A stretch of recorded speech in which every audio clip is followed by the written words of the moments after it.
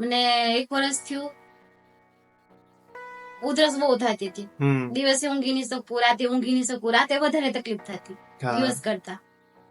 બરાબર. અને દવાઓ ઘણી ખરી લીધી, એનાથી કોઈ ફેર નહીં પડ્યો. ડન. શું તકલીફ થતી આમ તમને?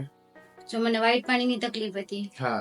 ઉધરસ વધારે પ્રમાણમાં તો જોઈન્ટ વધારે દુખાવો, એટલે જોઈન્ટમાં દુખાવો કાયમી રહેતો હોય. આમ ક્યાં સાંધા દુખતા તમને? આ ઘૂંટણનો વધારે દુખાવો હતો, અને આ જે આંગળીઓ છે, હા ઘૂંટણ આંગળીઓ, હા એમાં વધારે, અને કમરનો દુખાવો. એટલે બધા જોઈન્ટ પકડાતા. બરાબર. ઈ કેટલા સમયથી હતા જોઈન્ટ નો દુખાવો આશરે? એ તો મને લગભગ 5-6 વર્ષ થઈ ગયા હતા. 5-6 વર્ષથી જોઈન્ટની તકલીફ હતી. વધારે પણ ઓછા નહીં એમ. હા, લાંબો ટાઈમ થઈ એટલે આપણે જેને આર્થરાઇટિસ કહેતા હોય ને, એ જોઈન્ટની તકલીફ હતી. હા, બરાબર. ઉધરસ વાળું વર્ષ જેવું થઈ ગયું છે. આમ ઉધરસમાં હાલત કેવી હતી તમારી? આમ હાલત એટલે હું ખાવાનું પણ નહીં ખાઈ શકતી. છાસ નહીં, દૂધ નહીં, કોઈ મસાલા વાળું નહીં, કોઈ વસ્તુ જ નહીં. ઠંડી તો વસ્તુ અડાતી જ નહીં. હા, બરાબર છે. અને રાતે ઉધરસ મને 2-2:30 વાગ્યા પછી ચાલુ થાય તો સવાર સુધી રહી. હા, તમે મને લખાવેલું કે જેવા આપણે જેવા ઊંઘીએ એટલે ઉધરસ ચાલુ થાય. આડા પડીએ એટલે ઉધરસ ચાલુ થઈ જાય, અને જેવા બેઠા થઈએ એટલે ઉધરસ બંધ થઈ જાય. બીજે શું તકલીફ? અને મારે બેઠા બેઠા ઊંઘ કરવી પડતી. હા. હવે કેવું છે આ બધી તકલીફમાં તમને? ઘણી રાહત છે. અહીંયા આવ્યા પછી મને 95% કયો તો સરસ. કેટલા સમયની અંદર? 2 મહિના થઈ ગયા. 2 મહિના જેવું. બરાબર ને? કે જે સાંધા દુખતા હતા 5-6 વર્ષથી, એમાં રાહત છે. હા, ઉધરસમાં રાહત થઈ, જોઈન્ટમાં રાહત થઈ. આ કયો તો ટૂંક સમયમાં મને ઘણી ખરી રાહત મળી ગઈ. હું વર્ષથી હેરાન થતી હતી સાહેબ.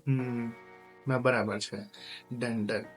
તમે લોકોને શું માહિતી આપવા માંગશો કે ખાલી બીજી બધી દવાઓ લ્યો ત્યાં સુધી સારું થતું હોય, પછી ન થતું હોય, પણ આ પરમિનેન્ટ છે, કઈ રીતે છે, લોકોને તમે શું માહિતી આપવા માંગશો? જણાવો. કે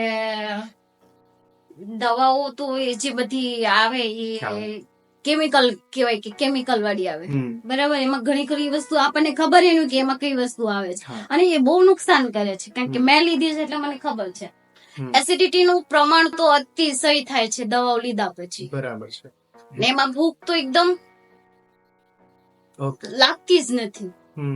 ખાવાનું એકદમ ઓછું થઈ જાય. વીકનેસ વધારે લાગવા માંડે. તમને આમ સ્ફૂર્તિ કેવી રહી? તન અને મન બંનેની સ્ફૂર્તિ? આ દવા લીધા પછી હું એકદમ ફ્રેશ છું સાહેબ. તન અને મન થી પણ હું એકદમ ફ્રેશ છું. Very good. અને પેલા વધારે પડતો મને બહુ ગુસ્સો આવતો, એ પણ અત્યારે ઓછો થઈ ગયો છે.